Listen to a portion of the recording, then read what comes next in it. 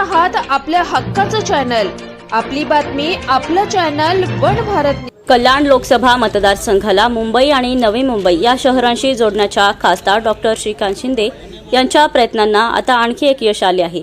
मुंबई महानगर प्रदेश विकास प्राधिकरणाच्या माध्यमातून उपमुख्यमंत्री तथा नगर विकास मंत्री एकनाथ शिंदे यांनी एका ऐतिहासिक प्रकल्पाची घोषणा केली आहे। कल्याण डोंबिवली शहराला थेट तळोजा मार्गे नवी मुंबईशी जोडणाऱ्या मेट्रो 12 या मार्गाचे विस्तारीकरण केले जाणार आहे। त्यासाठी मेट्रो 12 हा प्रकल्प आता राबवला जाणार असून कल्याण शिळफाटा रस्त्याला समांतर मेट्रो मार्गाची उभारणी केली जाणार आहे।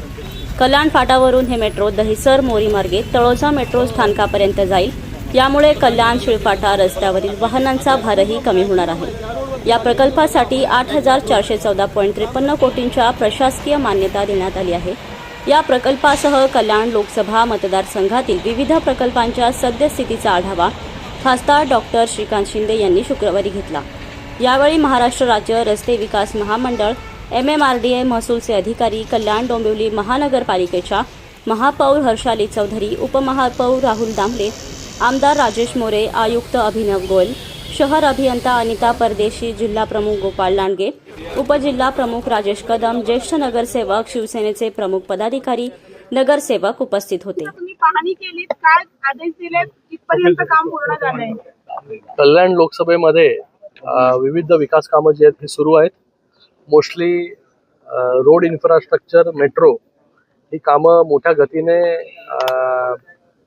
काही वर्ष जे आहेत हे या कल्याण लोकसभेमध्ये होत असताना आपण पाहिली हजारो कोटीची कामं या कल्याण लोकसभेमध्ये होत आहेत। आणि आत्ताच ऑथॉरिटी MMRD ऑथॉरिटीची मीटिंग माननीय उपमुख्यमंत्री एकनाथजी शिंदे साहेबांच्या नेतृत्वाखाली झाली आणि त्याच्यामध्ये या कल्याण लोकसभेमध्ये 5,500 कोटीची कामं जी आहेत ही त्याला मंजुरी मिळाली। आज आपण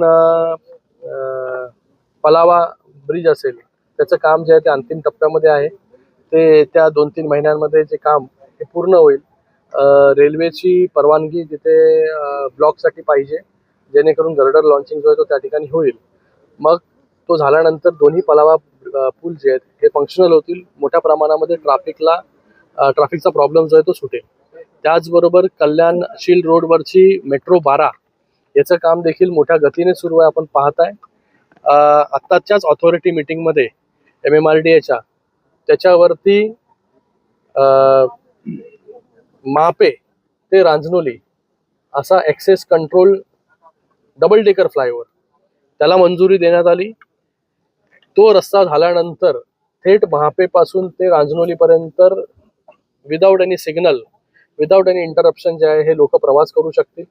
ज्याला डोंबिवलीमध्ये जायचं तो डोंबिवलीमध्ये उतरू शकतो, ज्याला कल्याणमध्ये उतरायचं तो कल्याणमध्ये उतरू शकतो।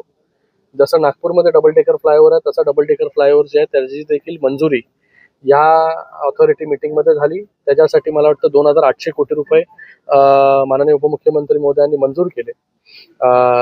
त्यानंतर तिसरा पत्री पूल त्याचा देखील कामाची पाहणी झाली, तो देखील लवकर पुढच्या 2-3 महिन्यांमध्ये त्याचं काम संपेल। आता आपण सेगमेंट 3 कल्याण रिंग रोडच्या तिथे आहोत आणि ह्याची देखील पाहणी झाली, याचं काम चालू आहे। लँड ॲक्विजिशन मध्ये काही प्रमाणामध्ये जे आहे लँड ॲक्विजिशन झालेलं आहे, काही प्रमाणामध्ये लँड ॲक्विजिशन झालेलं नाहीये। येणाऱ्या 5-6 दिवसामध्ये MMRDA बरोबर मीटिंग होईल KDMCची, त्याच्यामध्ये लँड ॲक्विजिशनचे जे प्रॉब्लेम्स काय प्रॉब्लेम्स आहेत त्याच्यावरती चर्चा होईल आणि ते लँड ॲक्विजिशनचे प्रॉब्लेम्स देखील संपतील। तर तो सेगमेंट 3 जो दुर्गाडीपासून ते मोठागावपर्यंत आहे आणि त्यानंतर कालच्याच ऑथॉरिटी मीटिंगमध्ये सेगमेंट 2 ला देखील मंजुरी मिळालेली आहे। हा सेगमेंट 2 हा काटई नाक्यापर्यंत त्या ठिकाणी जातोय। तर सेगमेंट 2 चं जेव्हा काम पूर्ण होईल काटईपासून ते टिटवाळ्यापर्यंत विना अडथळा जो आहे लोकांना प्रवास जो आहे हा करू शकतील। आज तासनतास लोकांना लागतात, काही मिनिटांमध्ये हा प्रवास पूर्ण होईल। त्याचबरोबर काटई ऐरोली हा जो फ्रीवे आहे जो आज मुंब्र्यापर्यंत झालेला आहे वाय जंक्शन पर्यंत, त्याला देखील 900 कोटी रुपये या ऑथॉरिटी मीटिंगमध्ये मंजूर झालेले आहेत। लँड ॲक्विजिशन सकट, लँड ॲक्विजिशनला जे पैसे लागणार आहेत ते, तर तो काटई ऐरोली हा जेव्हा मार्ग पूर्ण होईल तेव्हा ऐरोलीपासून ते काटईपर्यंत 15-20 मिनिटांमध्ये जे आहे लोक पोहोचू शकतील। त्याचबरोबर जे मेट्रो 12 फ्लायओव्हर आपण करतोय कल्याण फाट्याला जी ट्रॅफिक होते तिथे एक अंडरपास करा, अशा देखील सूचना ज्या आहेत MMRDA ला केलेल्या आहेत. तर भविष्यामध्ये तिथे अंडरपास देखील त्या कल्याण फाट्याला होईल, जेणेकरून ट्रॅफिकची समस्या जी आहे ती मोठ्या प्रमाणामध्ये त्या ठिकाणी पूर्णपणे मी बोलतो नाहीशी होऊन जाईल. तर अशा प्रकारचं डेव्हलपमेंट जे आहे त्या ठिकाणी सुरू आहे. त्याचबरोबर जी मेट्रो आहे, मेट्रो 12, ही मेट्रो 12 त्याची अलाइनमेंट बदलून फाट्यावरून तळोजाला घेऊन जाण्याची मंजुरी देखील या ठिकाणी त्या ऑथॉरिटी मीटिंगमध्ये मिळालेली आहे. तर आता जी मेट्रो तळोजा म्हणजे जी 27 गावे मार्गी तळोजाला जात होती ती तर जाणारच आहे, पण त्याचबरोबर तीच मेट्रो पुढे शिळफाटा आणि शिळफाट्यावरून तळोजा असा मार्गक्रम करणार आहे, जेणेकरून 27 गावातील लोकांना, दिव्यातील लोकांना, 14 गावातील लोकांना या मेट्रोचा फायदा जो आहे हा मोठ्या प्रमाणामध्ये होईल. तर एकंदरीत मोठ्या प्रमाणामध्ये कामं जे आहेत या कल्याण लोकसभेमध्ये सुरू आहेत. पुढच्या काही वर्षांमध्ये जे आहे हे आपल्याला हे पूर्ण कल्याण लोकसभेमधील दळणवळण व्यवस्था जी आहे ही पूर्णपणे बदललेली आपल्याला पाहायला मिळेल. हे का करतोय? कारण की रेल्वेवरती येणारा जो लोड आहे मोठ्या प्रमाणामध्ये जे आहे रेल्वेवरती विसंबून लोकांना लावावं लागतं.